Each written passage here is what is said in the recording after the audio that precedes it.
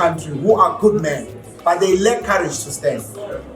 And the few that are horrible, they have courage.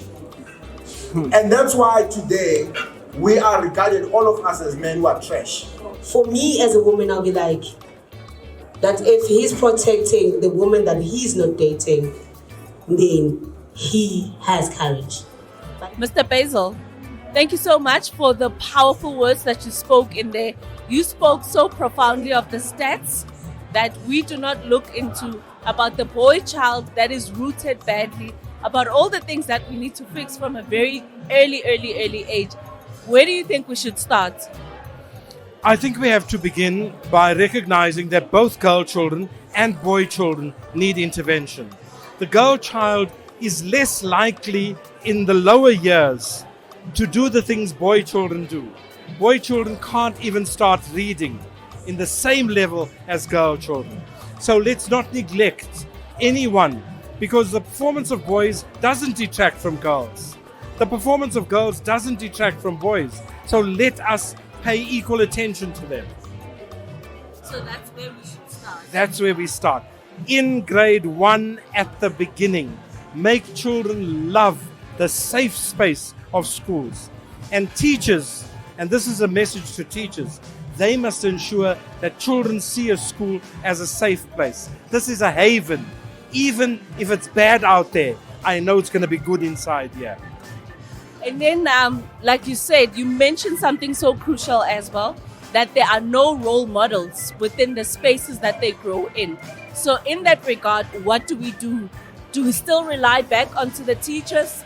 And if there's no money to send the child to school, what then happens? Role modeling is not only teachers. And it doesn't mean money either. It means that there are people in our community, like these good men that were sitting there, who are successful. They need to be the role models. Go to the schools, show those boys what can be done, because every one of them has battled. So let's show them, and let's show them that it's okay to make a mistake. And even when you're feeling disengaged, it doesn't make you a criminal, it makes you disengaged. So we need to bring them back, and they're not bad people, but they can become bad when they become desperate. So they should not be desperate, and we should avail ourselves as community members, irregardless of the gender. Absolutely.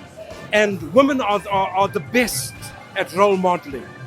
But we also need men, because boys need to see men. And we must forget this toxic masculinity. Be a man, stand up. No, just be a good person. We need to teach our children, boys and girls, to be good children. If we did that, maybe we wouldn't have the corruption we have. Thank you so much for those wise words. And we wish you a very, very happy Father's Day. Enjoy your day. Thank you so very much. And thanks for having me. It was wonderful. I'm just sorry that I'm rushing. No problem. Thank you so much. Thank you. So much was said inside. So much was learned from men. And it's just amazing how men came out in numbers and men expressed themselves and how they want to say and do a lot of things. From your side of things, what is it that you would like to change as a man, as a father, and as a stand-up citizen that wants to change things? What is it that you would like to change as a father, as a man, and as a responsible citizen? Thank you so much for the opportunity. I mean, I think the first thing I wish we could all do as men is to really reconnect with ourselves. I genuinely feel that men who are in touch with their souls, they are not abusers. They care for their community. They are givers. Their souls allow them to want to be more and to do more. So that's the first thing, that if I had a way, I would run a program of making men just to reconnect with their souls. And I guess because of the times we're living in, there's so many other things that we pay our attention to or try to move away from connecting with who we truly are. So that's where I'll start. And secondly, I would have more groups or networks of men coming together, one to share their challenges, their everyday challenges, whether it's working men, men who are not working, just to share what an everyday life of a man looks like. And you'll be amazed that as we open up to each other, we'll actually discover that we're going through the same things. And I suppose when you know that the things that you are feeling or experiencing, somebody else is going through them, it lightens the load. And then thirdly, what I will then do is to create networks that will create bridges for men. I'm a firm believer that if men had purpose, the things that gave them purpose, our society would be different. I don't think that the guys who do drugs, the guys who are doing burglaries, who are doing murders, are doing it because they really want to do that.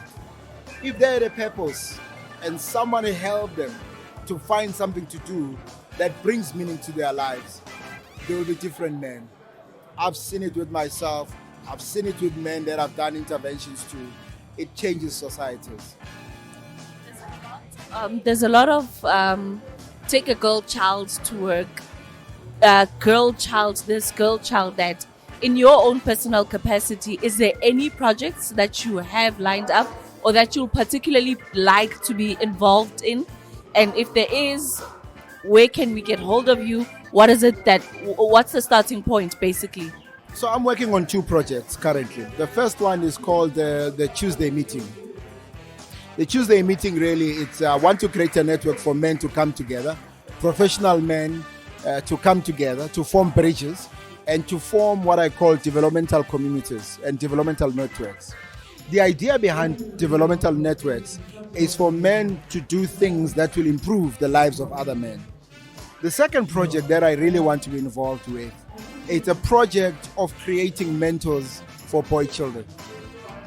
Our boys, our sons, they are watching videos, they are watching YouTube, they are watching all these forms of things.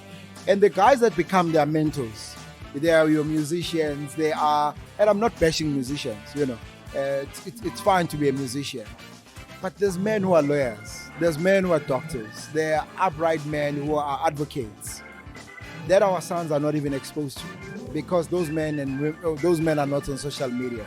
So what I want to do is to be involved in a project that take those men who are doing things that are outside what I call the entertainment world and take them to the communities so that our boys can be exposed to men of integrity who are doing things differently.